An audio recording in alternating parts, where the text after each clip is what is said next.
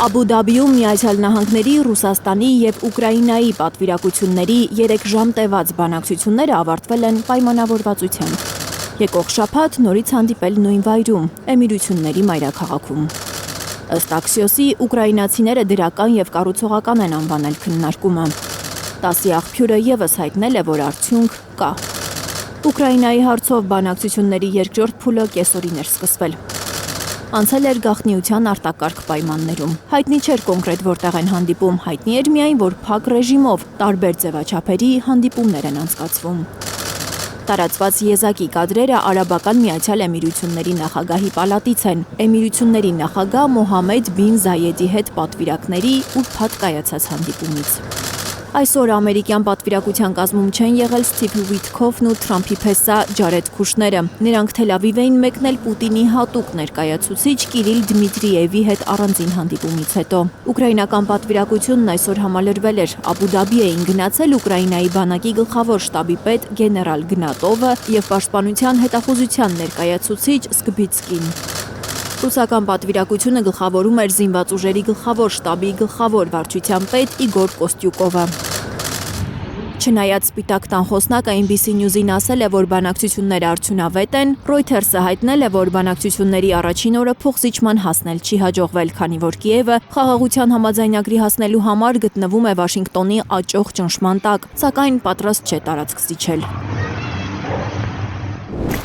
Առաջին օրվա քննարկումների առանցքում Դոնբասն է եղել։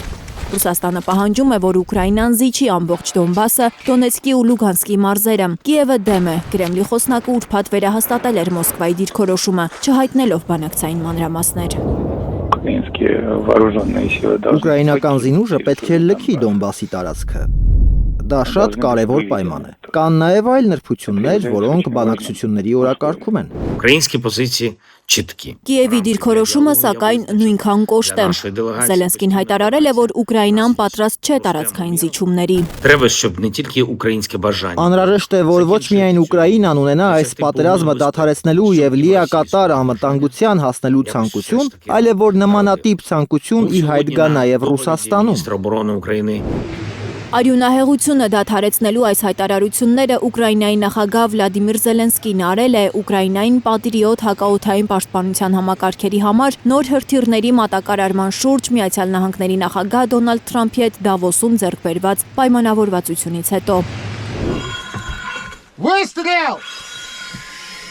Բանակցային լարված օրվա գիշերը թեժ է եղել ճակատում։ Զանգվածային հարձակման է ենթարկվել Ուկրաինան, Զելենսկիի խոսքով ավելի քան 370 հարվածային անօդաչուներով և 21 հրթիռներով։ Հարվածների տակ են եղել Կիևի, Սումիի, Խարկովի և Չեռնիգովի մարզերը։ Խարկովում ծննդատուն, տեղահանված անձանց հանրակացարան, բժշկական ուսումնարան և բնակելի շենքեր են վնասվել։ Տասնյակ մարդիկ վիրավորվել են, այդ թվում 1 երեխա։ Կիևում ռուսական հարվածների հիմնական թիրախը ըստ ուկրաինական կողմի եղել է էներգետիկ ենթակառուցվածքը։ Մայրաքաղաք Կիևում 1 մարդ զոհվել է, 4-ը վիրավորվել։ Գիշերը ռուսական հոպը կասեցրել է 137 ուկրաինական անօդաչու թռչող սարքի հարձակում։ Ռուսաստանի պաշտպանության նախարարությունը հայտնում է, որ այսօր ռուսական բանակն իր վերահսկողության տակ է վերցրել Խարկովի Ստարիցա գյուղը։ Լիլիթ Գասպարյան, Զովինար Բարխուդարյան, Անի Խանդիլյան, Հայլուր։